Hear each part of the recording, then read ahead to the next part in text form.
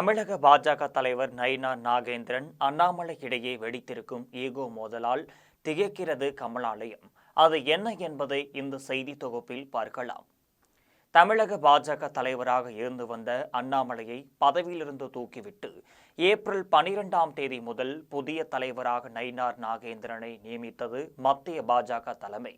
இதனால் பதவி இழந்த அண்ணாமலையை ஆறுதல் படுத்தும் வகையில் தமிழக பாஜக தலைவராக அண்ணாமலை பாராட்டத்தக்க சாதனைகளை செய்திருக்கிறார். இனி தேசிய கட்டமைப்பில் அவரின் திறமைகளை பயன்படுத்துவோம் என்றார் அமித்ஷா.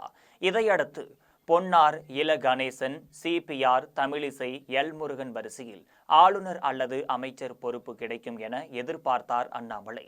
அதற்காக எந்த அறிகுறியும் தெரியாதிருக்கும் சூழலில் தமிழக பாஜக அதிமுக கூட்டணி அமைந்தது.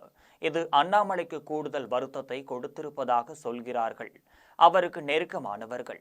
அந்த வகையில்தான் போராட்டங்களில் கலந்து கொள்ளாமல் புறக்கணிப்பது, ஜே.பி. நட்டாவின் கூட்டத்தில் கலந்து கொள்ளாதது, கூட்டணி குறித்து சர்ச்சை பேச்சு என தொடர்ந்து தமிழக பாஜக தலைமைக்கு எதிராக இருந்து வருகிறார் அண்ணாமலை. இதனால் கடுப்பான நயினார் தரப்பு இதை டெல்லிக்கு புகார் தட்டியிருக்கிறது. இது குறித்து கமலாலய வட்டாரத்தில் அண்ணாமலை ஆதரவு ஐடி விங் நபர்கள் அதிமுக பாஜக கூட்டணி குறித்து தொடர்ந்து சமூக வலைதளங்களில் தேவையில்லாமல் விமர்சித்து வருகின்றனர். 2026ற்குள் மேல் தமிழக பாஜக கட்சியின் ஒன்று இருக்குமான்னு நான் கவலைப்படுறேன். அண்ணாமலை இல்லாமல் ஆக்ரோசமான அரசியல் செய்வதை தவிர்க்கிறது தமிழக பாஜக. பாஜக கூட்டணி இல்லைனா அதிமுக கட்சியே 2026ற்கு பிறகு இருக்காது என்றெல்லாம் சர்ச்சையான கருத்துக்களை பதிவிட்டனர்.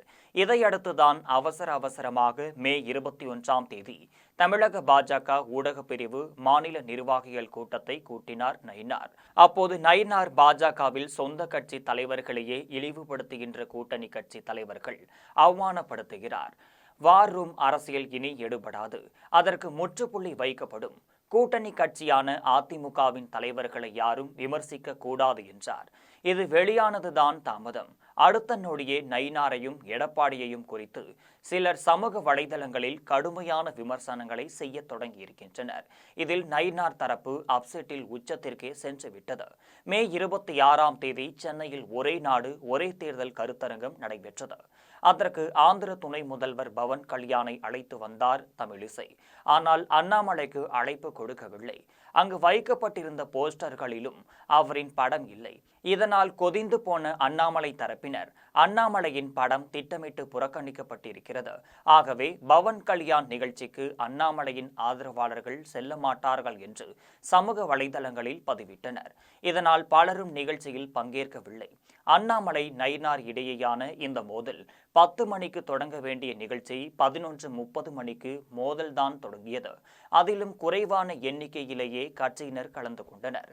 இந்த சூழலிலும் நயினார் மீதான தாக்குதல் தொடர்ந்து கொண்டே இருந்தது.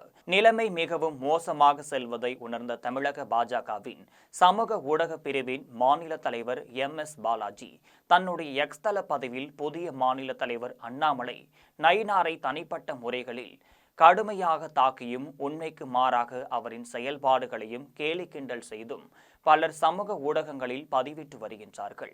இதில் வருத்தத்திற்குரியது என்னவென்றால் Narendra Modi, welcome Modi, get out Stalin, Annamalai, Vetrivel வீரவேல் போன்ற ட்ரெண்டிங்குகளில் நாம் சாதிக்க பெருமளவில் உதவிய பல மிக சிறந்த ட்விட்டர் ஆதரவாளர்கள் கூட இதை செய்வதை பார்க்க முடிகிறது.